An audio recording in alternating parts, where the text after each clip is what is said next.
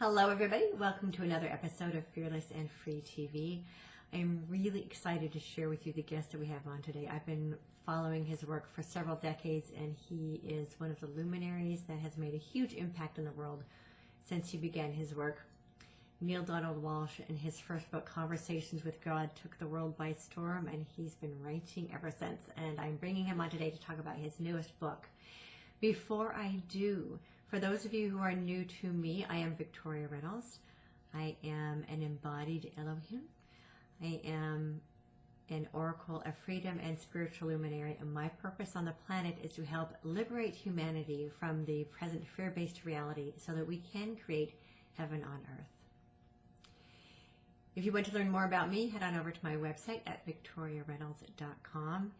I'm starting up my new Transcendence class. It starts this month. It's all about learning to recognize your fear-based beliefs so that you can rise above them and create a life you love. And while you're there, be sure to grab my free book, Rise Up. It's all about what's happening in the world right now, with one chapter that's dedicated just to terminology to help you understand how to navigate what's happening in the world right now and understand some of the language we're throwing around in the spiritual community. As always, remember to comment, like, share, and subscribe. Share this forward if you feel it resonates with you and you know others might want to hear this message as well. Please share it forward, because that is how we work together to make the world a better place. So let's bring on my guest.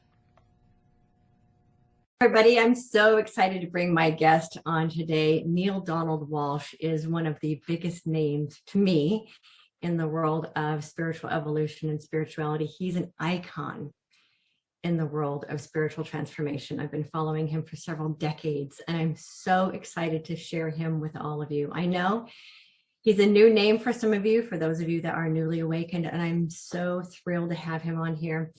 So I've been, as I said, been watching him for a couple of decades. I first met Neale I saw him live for the first time on an event called Braveheart Women with Ellie Drake, who is currently one of my very favorite people on the planet as well. I hope to someday have her on my show. So I'm going to bring on Neale, and we're going to have this impromptu conversation. As you all know, this channel is all about solutions to what's happening in the world right now. And when I saw that Neale's newest book is called The God Solution, I knew that he had to be here and share his message with all of you. So welcome, Neale. Thank you, Victoria. That was a very sweet and kind and generous introduction. Thank you. Oh, you're so welcome. So a couple of things to share with you about how I know you. You and I are very connected, although I don't think you know that to this point. I saw you on stage at this Braveheart Women event. I think it was in 2014, I want to say. And right about that same time, I joined a group on Facebook called Evolution Revolution. And that group, I've actually met some really amazing people in that group. So that was a group that was started up in honor of your book, God's Message to the World. And I read that book. I love that book. And everything in that book was a confirmation of everything that God has said to me. And so I was involved with that for a couple of years. And then I picked up your book, What God Said, which is a beautiful compilation of what God says to us. And so I wanted to share that with you. Oh, and one other thing. I was a guest on your show, Conversations with Neale. And I don't know if you remember the conversation that you had with me. I was on one of your episodes, and we had a conversation, and I was afraid of coming out of the spiritual closet and doing my spiritual work. And you spent about 20 minutes with me helping me process that. And as you can see, I am now not afraid of doing my soul's work, because here I am now spreading it forward. I'm so happy, not just for you, but for the world, because you're exactly the kind of idea hero that we need on this planet right now. And so thank you for taking up the call. Thank you for self-selecting. Because no one's going to come along and knight you in the field with the sword Excalibur on each shoulder and give you a mission. This is something that we either select ourselves to do or we don't. But thank you for selecting yourself to be an idea hero and to bring these thoughts to the world. Well, I know that's why I'm here. And I think that's part of why I was so afraid of stepping out, because I knew that I was here to play a really big role on the planet. And that's a little scary. I wonder why. Honestly, I wasn't really being funny. Because for some reason, I don't know, maybe I'm just a fool. You know, they say fools rush in where angels fear to tread. I never felt scared, even after I was told that the book had sold, forgive me, but the truth, well over 1 million copies. Mm-hmm. It never scared me. Somehow or another, I guess it must be immune, because what's the worst that could happen? I thought to myself, what's the worst that could happen? Somebody comes to my front door and takes me out, and I'm home with God, which happens to be a title of a book that was given to me. Home with God in a life that never ends. So for some reason, I never had a lot of fear around stepping out. Mm. So and I'm assuming that you have defeated any fear you had, because here you are, stepping way out and doing the same kind of work. So God bless you, and God has blessed us in you. Thank you. Thank you. Well, for me, a big part of it was because I had 2 small children, and I had this belief that somebody would come and take my kids. Sure. I appreciate that. Yeah. As a father of 9 children, I appreciate that. Yeah. That was my biggest thing. And now they're older. Well, I have 2 teenagers, so I'm not so worried about it anymore. Now you have to worry about them taking you out. Of course, and they're being typical teenagers. They think, of course. So. Of course. Oh, God bless you. That's wonderful. I've got, as I said, 9 children of my own, and none of them are teenagers anymore. My youngest ones are 30. They celebrated their 30. I have triplets, and my triplets celebrated their 30th birthday this year. They're my youngest offspring, but they increased the ante for sure in my life, from 6 children to 9, virtually overnight. Wow. That's a household. Yeah, well, and what's interesting, they're not all, and they never were all in my household, because the backside of the story, as they say in Hollywood, the backstory is I had 9 children with 4 different women. Mm. So I, it's not something that I'm bragging about. It's just a statement of fact. Right. So they were mothered by 4 different fabulous ladies. But so they were spread out, and none of them spent much time in a home with me, which is good for them, because I'm a difficult person. Mm. And I think that the universe knew exactly what it was doing. Father them, but don't be a household person in their life, because you're not equipped to do that. You need to do something else. Right. So that's how it worked out. But they're all lovely children. Now that they're grown men, the youngest ones, as I said, in their 30s, and they're now able to actually appreciate what I've been doing for the past 25 years. Yeah, it's amazing how we grew up. I mean, I remember when I was younger, I thought my parents were crazy and insane, and I realized they're not as crazy and insane as I thought they were. Was it Mark Twain? Isn't that what Mark Twain said? Didn't Mark Twain say, wasn't it? I think it was Mark Twain who said, when I was a young man, my parents knew nothing. But when I turned 50, it was amazing how much the old man had learned. Yeah. Kind of turns out that way. Well, and ultimately, when I look at my parents, and I don't appreciate the way that I grew up. However, I know that I grew up that way in order for me to be of service the way that I'm here to be on the planet. And I wouldn't be able to do the work that I'm doing now had I not experienced that lifestyle growing up. That's exactly right. So I've actually learned how to look at my parents through the eyes of gratitude. As painful as my childhood was, I couldn't do the work I'm here to do if I didn't have that experience. That's what God said to me. Without this, not that. Mm-hmm. Without this, not that. Yeah. So we put it all together and we see, I see. And that's true of the life of all the wonderful messengers in the world, whether we're talking about Buddha or Jesus or Muhammad or any Mother Teresa or any of the marvelous messengers. All of them could say, without this, not that. Right. So it was all part of the larger pattern and the larger process that places you exactly where you are, and how wonderful for us that you are there in this way. And likewise, I mean, your story is really fascinating as well, about how you got to be who you are now and the work that you've been doing in the world. Yeah, it's kind of a strange story because it came out of my living on the sidewalk for a year. I was what is called in the United States a street person for a year of my life because I had no income. I had broken my neck in a car accident. What happened was I had a car accident and I broke my neck and I couldn't work. I couldn't go to work. And I had run out of my unemployment benefits, and I simply ran out of money. And the insurance company that had insured the car of the man who drove into me, it was his fault. And the police said, he admitted that it was his fault. He just made a bad judgment. But his insurance company dickered with me for 3 years on making the settlement.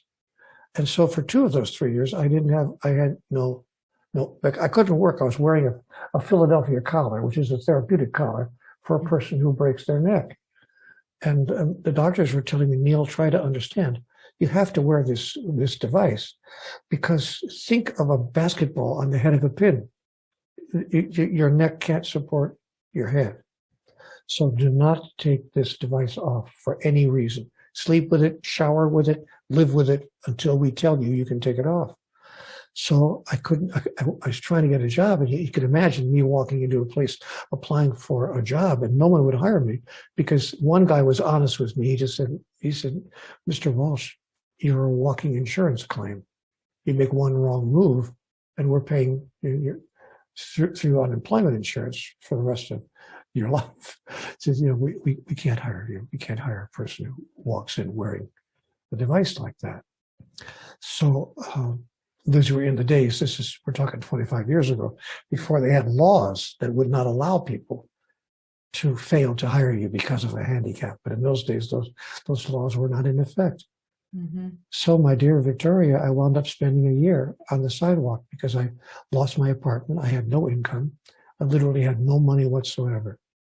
And I would wake up each morning after sleeping on the sidewalk or on the ground. For a year, I didn't have 25 cents to my name.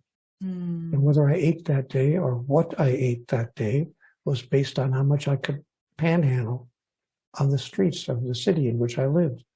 And I walked those streets back and forth, asking people, could you help?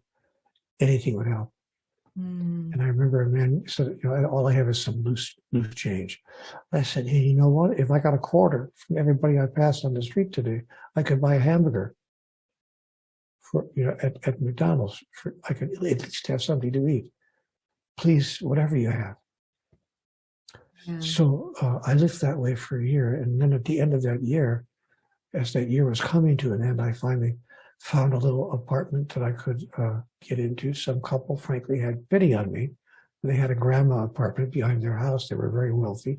They said, well, just hang out there for a couple of months and see if you can get your act together. It was an act of complete generosity. I was sitting there in that little one-bedroom grandma apartment, and that's when I woke up at 4:23 in the morning. And I called out to God, okay, what do you want from me? What the heck do you want from me? How does life work? Somebody tell me the rules. I thought I was playing fair. I wasn't a horrible, terrible, bad person. Yeah, I made some mistakes. I did some things I shouldn't have done, but I mean, on balance, what does it take to make life work? Obviously, it's something I don't understand here, the understanding of which would have changed everything. And that's when I began having my conversation with God. Because I actually heard out loud, I would have sworn there was someone in the room. I heard a voice saying, Neale, do you really want answers to all of these questions? Or are you just venting? And there happened to be a yellow legal pad on the coffee table in front of me, and I picked it up and I remember scribbling very angrily.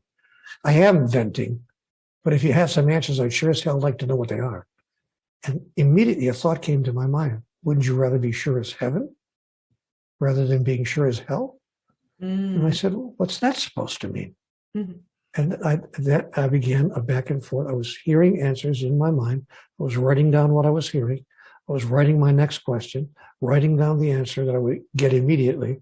Before I knew it, I had pages and pages and pages of handwritten dialogue. Not a few pages, but many, many pages, to the point where I had to go to the drugstore and spend my last 75 cents in those days, 75 cents for a tablet, a yellow legal pad. And I had $1.50 with me, and I bought 2 of those. I filled those up in the next couple of weeks, and that went on and on for months until I had several yellow legal pads filled with questions, answers, answers I never dreamt could be possibly true.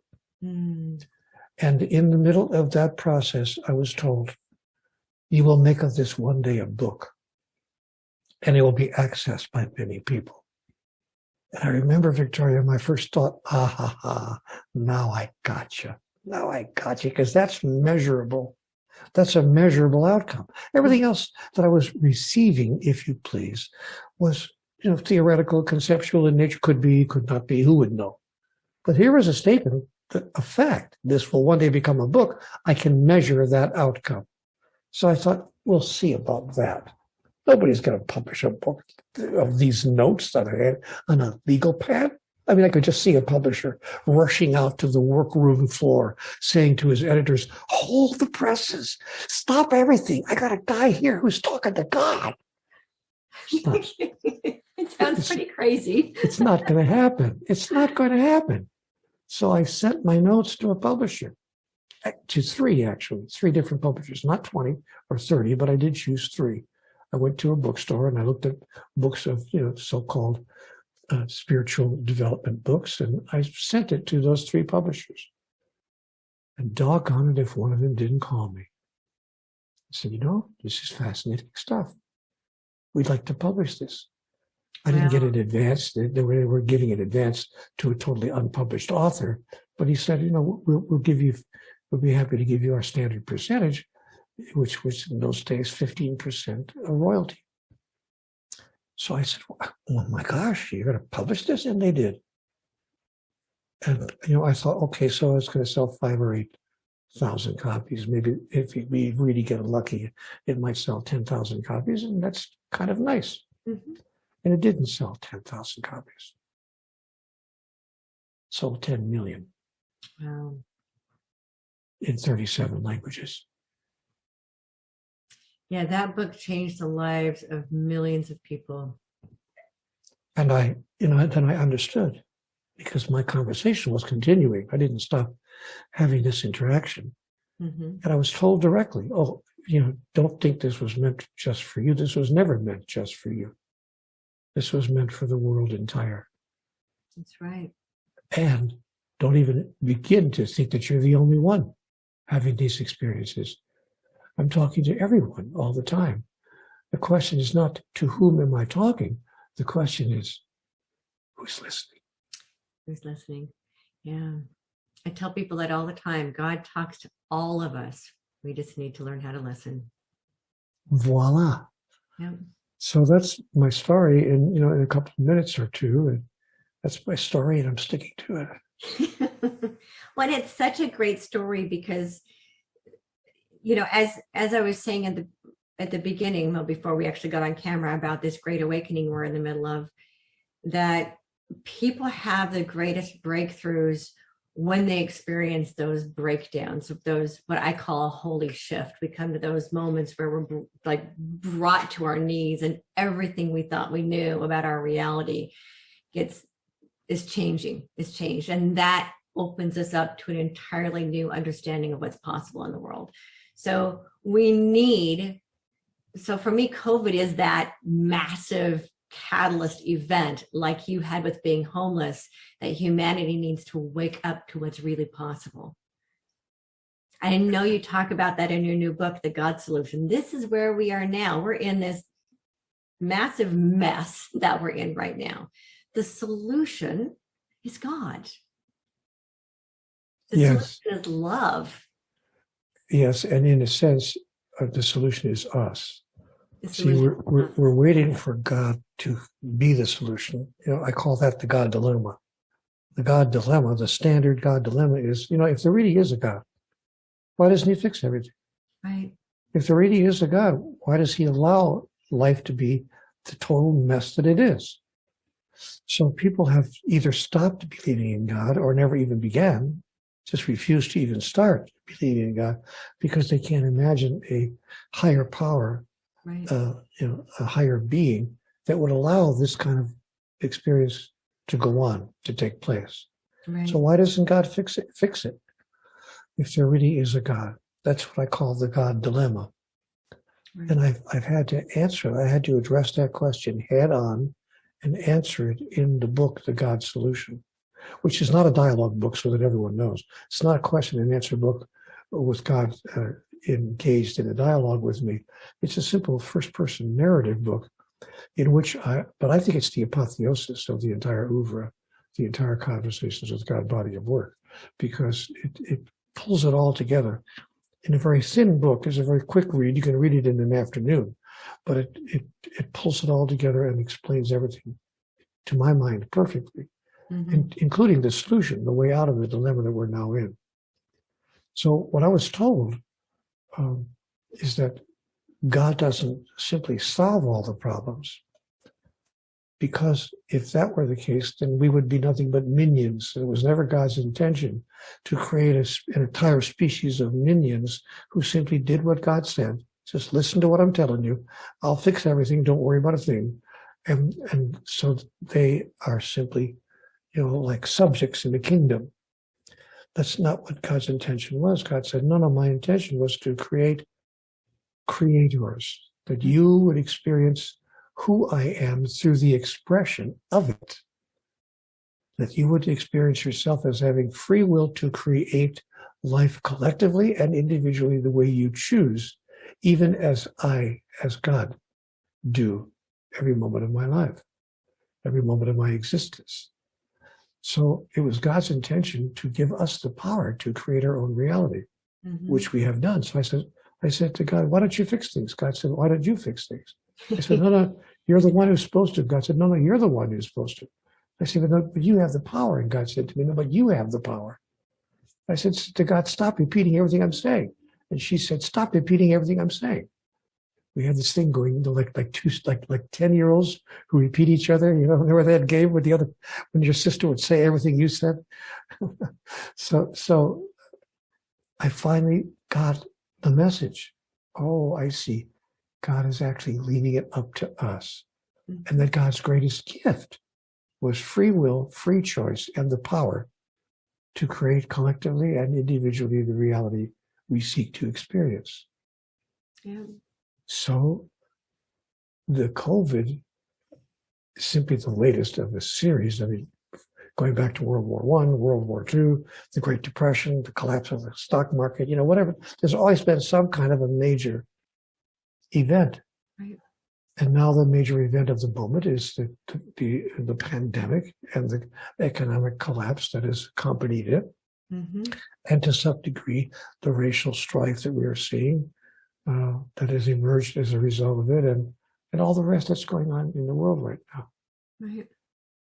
A level, frankly, Victoria, a level of alienation that I've never seen in my years on the planet. I've never seen our species so alienated from each other. Everyone else is the wrong one. You belong to the wrong political party. You belong to the wrong economic group. You belong to the wrong religion. You have the wrong sexual orientation. You're the wrong gender. You belong to the wrong political party. You're conservative. You're too liberal. You're whatever. It's everyone else is the problem. Right. And so we're alienated from each other. And we even, are suggesting we should actually put up walls so that no one can come into our enclave except those who belong here. And if you don't belong here, you shouldn't be even thinking of crossing the border. And we'll put up, I got an idea. Let's have 9-foot concrete walls all along the borders. There's a good idea. Then we can separate ourselves from everybody else who would like to enjoy part of the good life as well and get away from the strife that's going on in their country. How dare you think about coming into ours because you don't belong here. And I've actually heard people say that to other people on the street. Yeah. Why don't you go back to where you came from? You don't belong here. Well, The problem is separation. The problem is that we think that we're separate. We think that we are other than each other. And the God solution says to change our idea about that by changing our idea about who and what God is. I'm sorry, I'm talking too much. It's fine. It is one of my missions, and I started to realize this about a year ago, and really, really strongly in this year, 2022, is what I call bridging the divide, because humanity has become so divided and divisive that a lot of people can't even begin to grasp that we all want exactly the same thing, and we actually are all the same. We're all God incarnate, right? So it's the division and the separation is actually not even real. It's just a narrative that we've just been spouting and not even understanding that the division isn't real. We need to get past all that and come back to the truth that we are all one. And the sponsor of our narrative that is not real is the world's 4,300 religions. Most of our religions teach of separation. Mm-hmm. We are separate from God. Yeah. We are separate from people of other religions. They're going to hell and we're not. And so religions teach largely, not exclusively, but largely, a doctrine of separation. Right. And so what the God solution proposes is that we redefine God in a theologically revolutionary way. That we propose to humanity a new idea about God that would be opposed by virtually every religion on the earth. And the idea is, what if we chose to define God as simply pure love? Now, when I propose this notion in front of live audiences, someone generally gets up in the back of the room and says, "Oh, Neale, I mean, really, did we come here tonight to hear a lecture for you to tell us something so obvious? We know that God is love. Nobody disagrees with that. Everyone agrees that God is love." Mm-hmm. And I have to stop them. Whoa. I didn't say God is love. You didn't hear me say that. I said God is pure love. Mm-hmm. And my audience member will say, "Oh, all right, okay, what's the difference?" I said, well, the difference is that pure love needs, expects, requires, and demands nothing in return. Can you believe in a God that needs, expects, requires, and demands nothing in return for her love? That she would just bestow upon humanity all the love that he is. That God is simply pure love, an energy that can be felt in that way. Mm-hmm. But in order for us to embrace a notion like that, we would have to set aside every previous teaching we've had about God, because virtually all of the world's religions, by the way, it's interesting to note, not many people are aware of this statistic, but sociologists over the past 20 years have taken surveys in virtually every country on the planet asking, do you believe in a higher power? And 8.5, actually, to get statistically specific, 8.5 out of every 10 people have said yes. Mm-hmm. I believe in a higher power. So we can agree in massive majority, not 1 over 50%, but almost 85% of us agree that there's some kind of higher power. We simply can't agree about it. What does it want? What does it demand? What does it require? What does it give us? What's its purpose? What's the point? But we all agree there's more going on here than meets the eye. Most of us agree with Shakespeare. I mean, he put it perfectly. There are more things in heaven and earth, Horatio, than are dreamt of in your philosophy.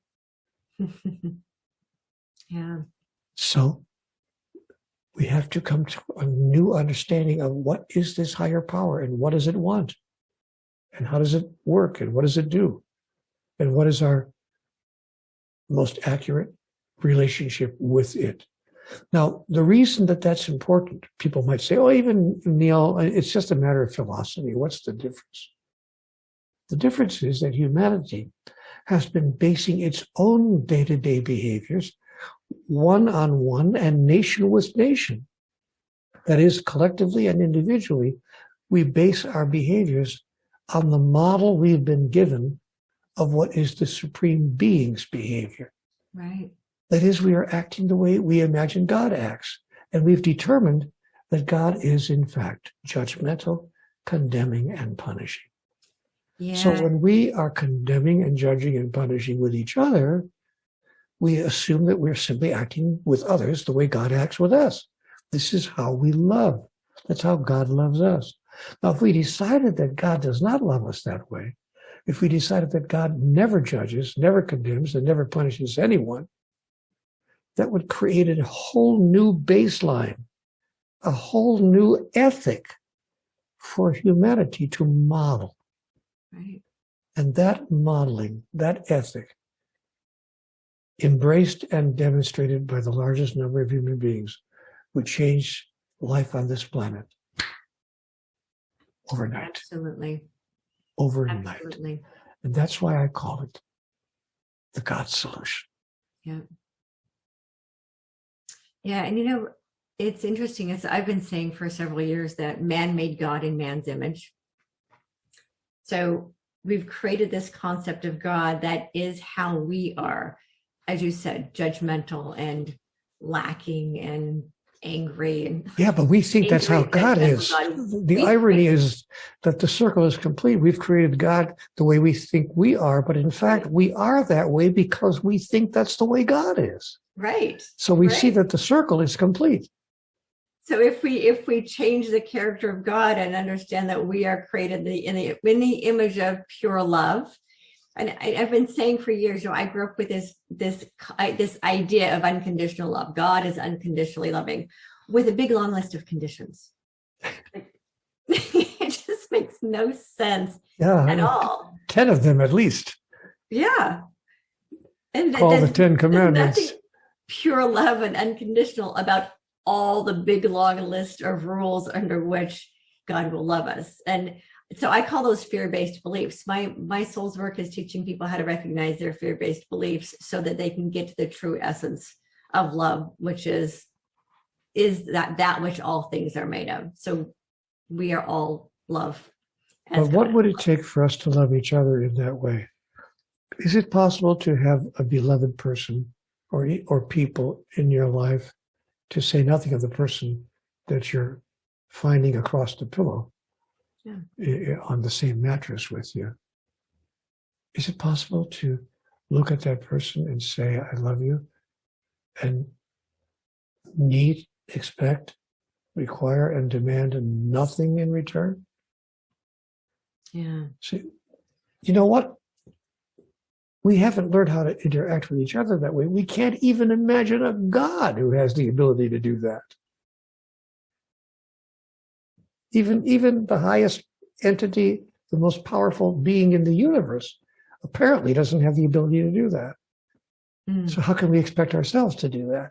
Right. So here we go again. Sorry to repeat myself, but when we change our idea of who and what God is and how God is, then suddenly the house of cards comes tumbling down And we can no longer base our own choices and decisions on the kinds of behaviors we imagine that God would exhibit in judgment and condemnation and punishment of us.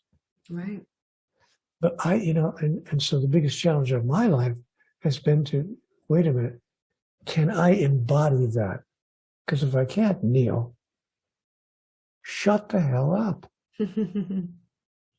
Because if you can't go through your life even coming close to that, then just keep quiet. Stop encouraging other people to do what you can't do yourself. So my life's biggest challenge has been to step into the messages of the 39 books I've written. Right. How dare you? 39. Wow. I knew it was 30-ish. I didn't realize it was that many. I know, and I'm not bragging. I'm just saying, because to me, it's a sadness. When I pick up one of my books almost every evening or so. I read a few pages, and I'm always saying to my beloved, boy, wouldn't it be great if I lived this? Mm. Wouldn't it be great? And she'll look at me. She's such a sweet person. She'll say, "Oh, sweetheart, you do." I said, "Yeah, but maybe now and then, maybe for a good afternoon, maybe here and there. But I want to be able to live this always." Right. And she says to me, "Name me one person that you know who does." Well, So, a whole lot of us are trying. Yes. And I think if more of us began on that journey, then it would be, I think, possible for more of us ultimately to get there. But you know what? I'm not even sure it's necessary for us to be there 100% of the time. Right. If we could be there, most of the time, everything would change virtually overnight. We wouldn't have the kind of world we have right now, a world in which 1.6 billion people have never had a drop of clean water in their entire life. I know, isn't that amazing? And one of the things that we were talking about earlier, one of the things that I've been teaching my audience is that we are the divine intervention we seek. So we keep looking for God to come in and save us and, somebody come and rescue us, and understand that we are actually that which we seek. And with all of the issues our planet is facing right now, people are like, "Oh, why doesn't the government fix this? Why don't the billionaires fix it?" And it's kind of, well, understand that we collectively created it, so we are collectively going to clean it up. And the people who are responsible for making the mess, well, they don't want to clean it up. So we need to stop looking at someone else to fix it and understand that finally, Neale, people are finally starting to grasp. And those of us in the spiritual community have been saying for years that we are the ones we've been waiting for. And finally, within about the last 6 months, people are starting to actually grasp what that means. Oh, we are the ones we've been waiting for. Got it. People are finally starting to understand what that means. I think you're right. Yeah. And I'm hoping that we can find more idea heroes who will place into the space of life ideas with which a large number of people will disagree. That's what we need now, our idea heroes. Yeah. That's what the book, The God Solution, calls for and invites. It invites readers, are you willing to be an idea hero? I've had people ask me at lectures, my online lectures in the past year or so, what's an idea hero? I mean, what does that phrase mean? Galileo was an idea hero. Mm. He said the earth revolved around the sun. And the church said, no, the sun revolves around the earth. The church said for 300 years, we are the center of the universe. We are the greatest gift to life itself, human beings, and the planet on which we live. And the sun revolves around us because we are the center of the universe. And so they condemned Galileo. They excommunicated him, and they put him under house arrest. He died under house arrest. So but he knew. His friends told him, don't put this out there, because if you put this out there, you're going to find that the powers that be are going to disagree. And there have been other idea heroes as well in the human experience. Barbara McClintock was one in more recent times who talked about something that she was a geneticist, and she discovered something called jumping genes that explained inconsistencies in hereditary characteristics. And they told her in 1956 that she was crazy. They drove her out of the profession. And none of her colleagues would agree with her.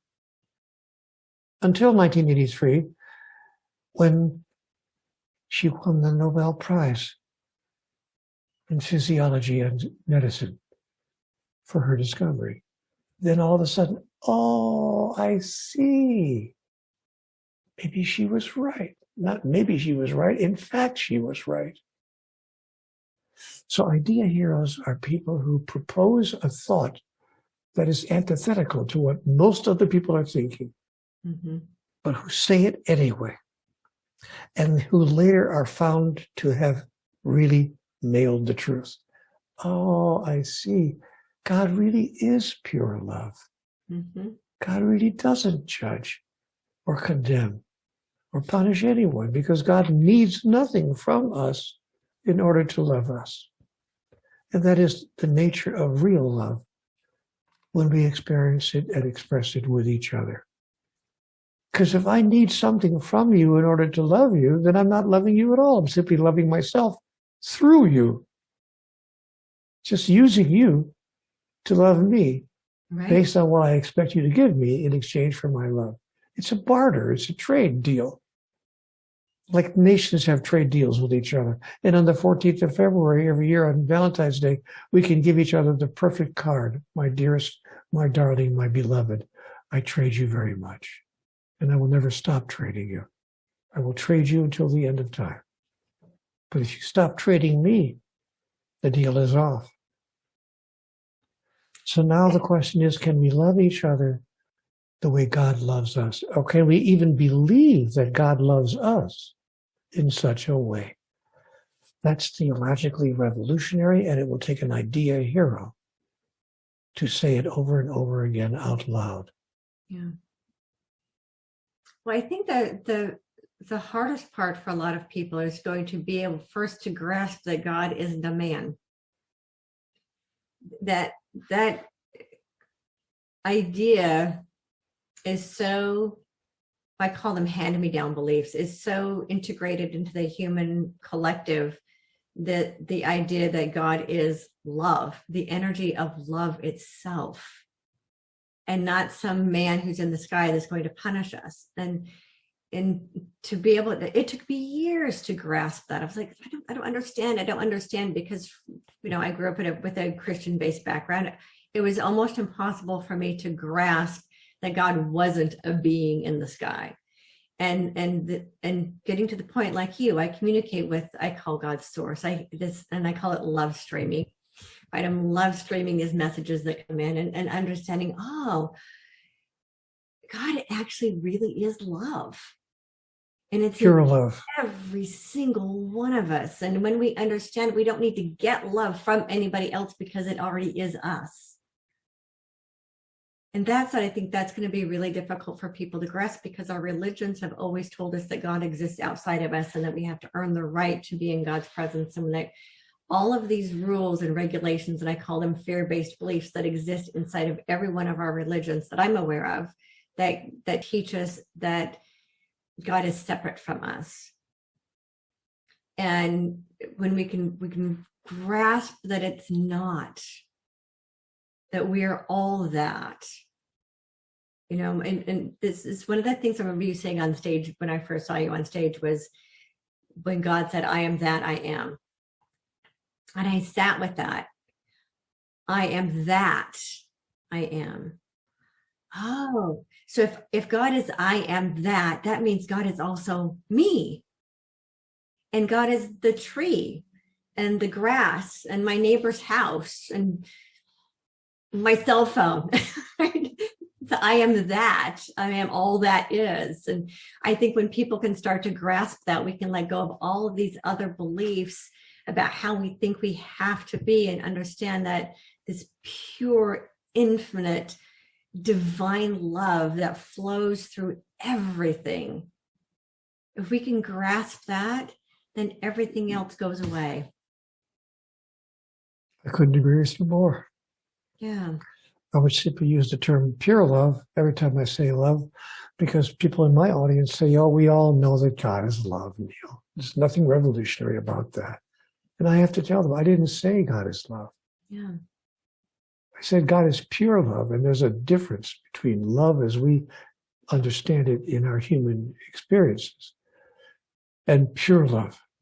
So I'm a purist, and I usually use the phrase pure love.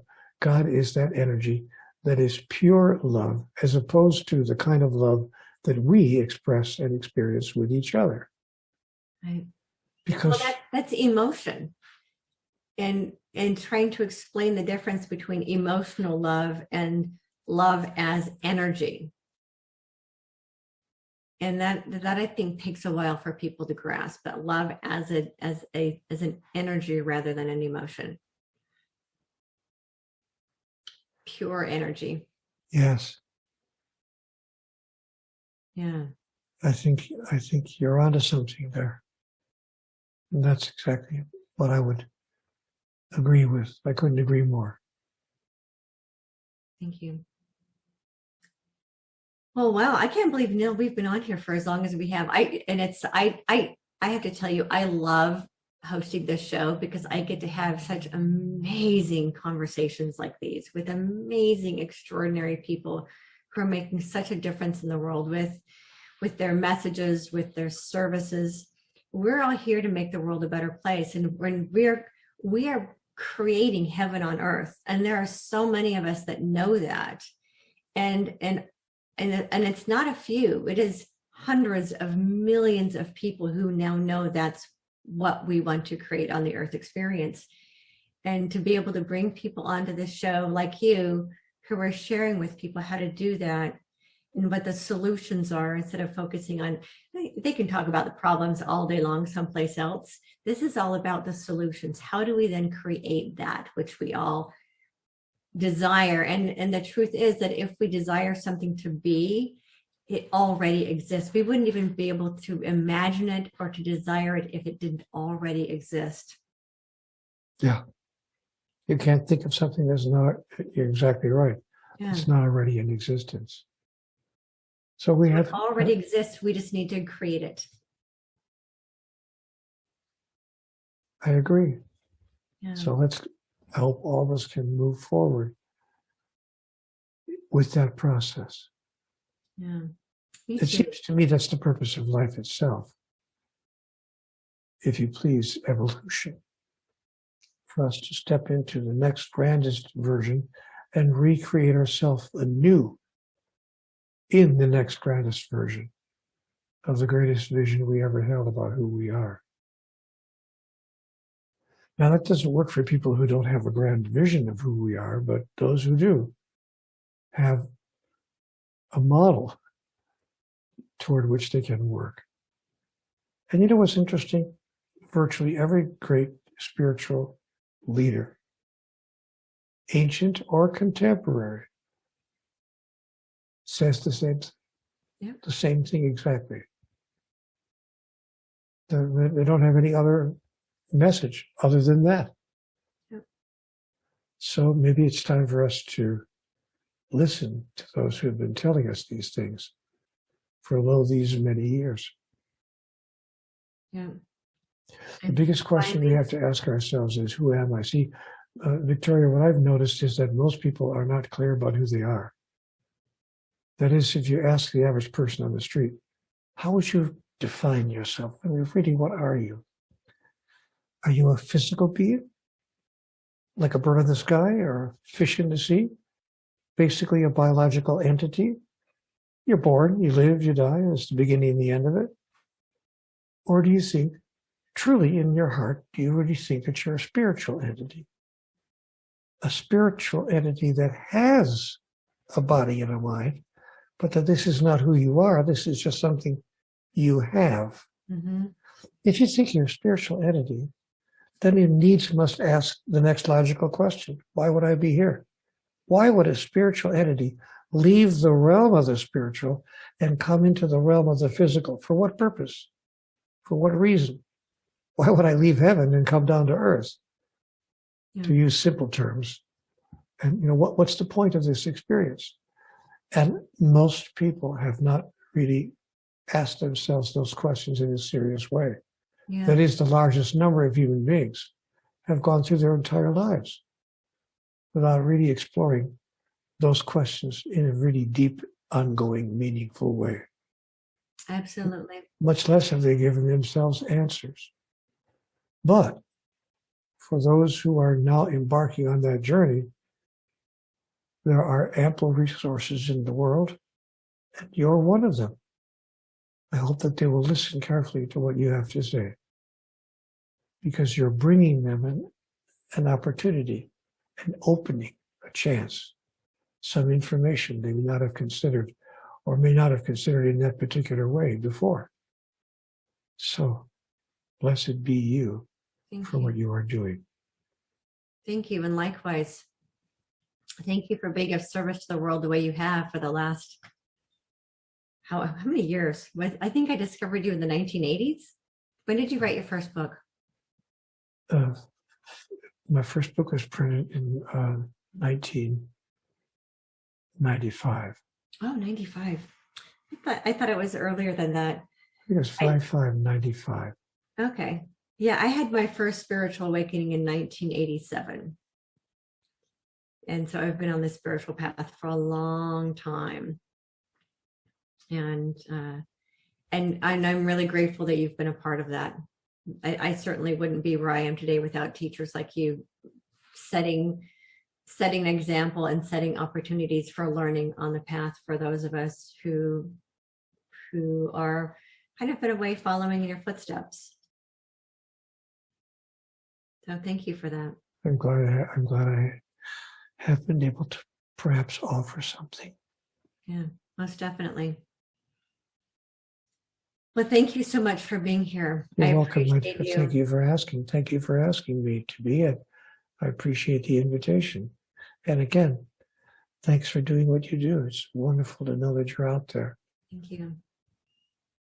Thank you. I really appreciate that. And for all of you who are watching, as always, remember to hold your light so high others can't help but see their own light. Together, we are creating a world of peace, love, harmony, freedom, and prosperity for all life on earth. And as always, get bold, be fearless, and live free.